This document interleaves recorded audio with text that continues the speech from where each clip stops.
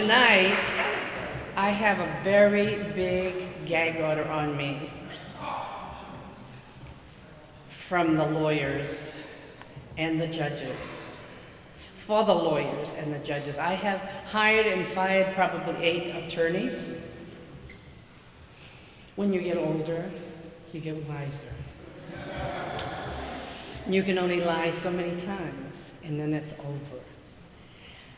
I lost Neil, my husband of 13 years. He was the love of my life. It wasn't my first marriage, so it was love at first sight. I want everybody to remember one thing: never say never. Because I was introduced by a friend, and we don't have time to talk about it, but I thought he was playing a joke on me. So I stood this man up for 1 hour, thinking, he's just playing a joke. I turned the opposite way to my right instead of getting out of the car the right way, and I dreaded looking at him. I couldn't believe what I saw standing there. He was perfect for me. I wished I'd met him years before. We were married 13 years. It would have been 20 years today, or in July. See, and I can't talk about what has happened. If anybody has ever looked up what I've done, why they have put a gag order on me, the open letter to the president. Has anybody ever read the open letter to the president?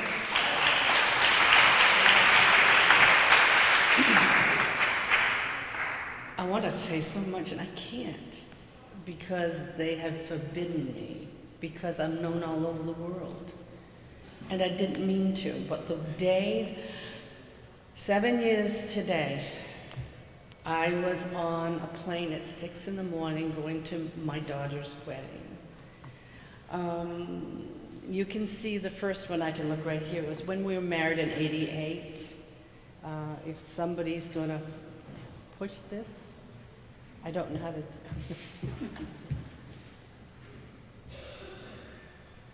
That's when Neil and I were married. We were so happy. Push that, okay. Thank you, Lisa. It would have been 20 years. And while waiting 10 hours to be told by United Airlines that my husband really was on flight 175, I wasn't treated very nice. Could have been my age. It could have been just they were trained to be very firm and stern. We had to ask for something to drink. I had a counselor or a trauma lady with me, and we had gone over to United Airlines in Chicago, their terminal. They didn't want me there. Too bad. I wanted to know if my husband had gotten on that plane. First they said, guess what, ladies and gentlemen? He's not on that plane. We can't find his name. Oh, this is even more interesting. My question is, did he really get on that plane? About 20 years before that, they stopped all relatives to going to the boarding where you board the plane. They stopped everybody. So I'm wondering if this wasn't planned years ago. So if you had a child getting on, you had to have a special pass. So we don't know if he actually got on. But 10 hours later, they said, Mrs. Mariani, pick up that phone. Nasty. I pick up the phone, and they said to me, Louis Neil Mariani was on flight number 175. Boom, went her telephone. I was in shock, but I was brought up not to cry. I didn't cry. I held it in. My heart ached. I wouldn't talk. I just walked with the trauma lady. I could count every square. I couldn't look at anybody. No one could look at me. I was the only one that lost a loved one. You see, Neil was 2 hours behind me getting on the same plane. We kissed each other goodbye. We get there 3 minutes apart in LA for my daughter's wedding. While in Chicago, they informed me he was gone. And I didn't know until the next day that he hit the second tower.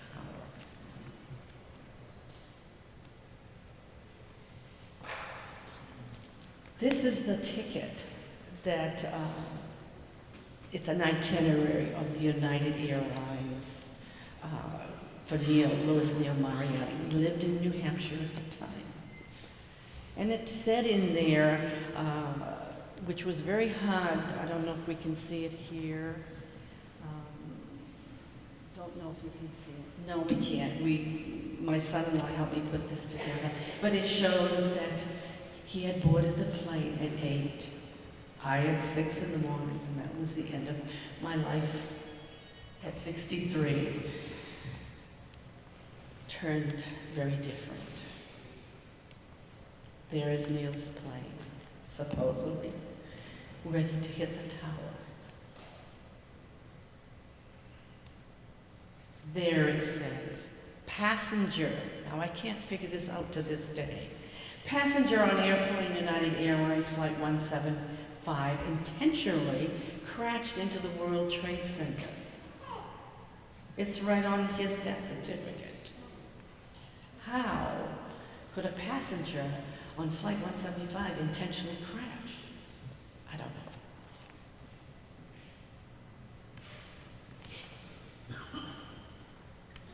It's not working.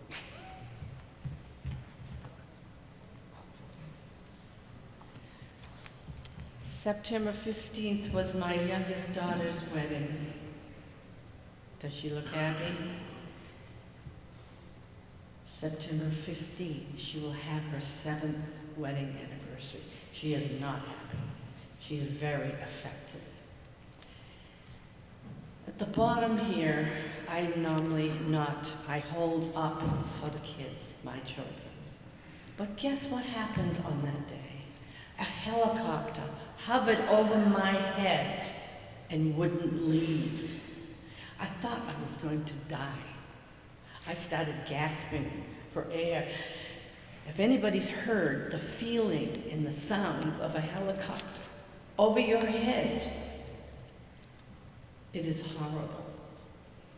But then I gave my posture. And then as they were kissing for the photographers, I had my hands up because they wouldn't let them kiss. They kept telling them to get a little closer, and I'm thinking, oh, this is great. My daughter's already upset. She's probably going to blow it right here. So I had my hands up thinking, oh my God. But it turned out okay. There is my husband. He loved popcorn. And so we wanted to put that in, and the other picture is the last picture that was taken in April. There are no more. There are many tears for Neil and all of us, but I hold it inside. I try to be strong, and it has helped a lot of people. On the way out here, and I thank We Are Change for inviting me, I sat beside of a pretty lady, and she had an accent, and she was from another country. She had been visiting, I now live in Colorado. She was visiting her brother in Denver. And I want to live in this country so bad, she says. She says the other countries are so dangerous. And I says, well, let me tell you a little story.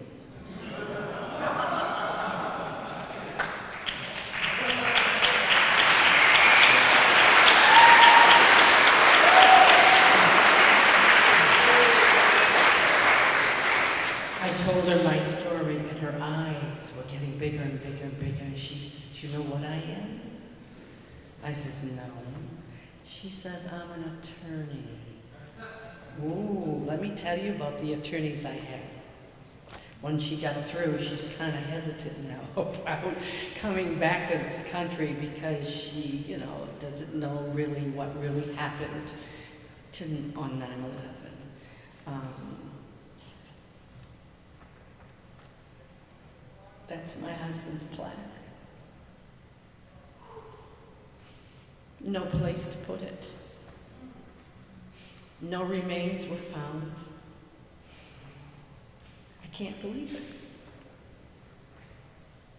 It's home. And when I die, it will go with me. It will be on my gravesite.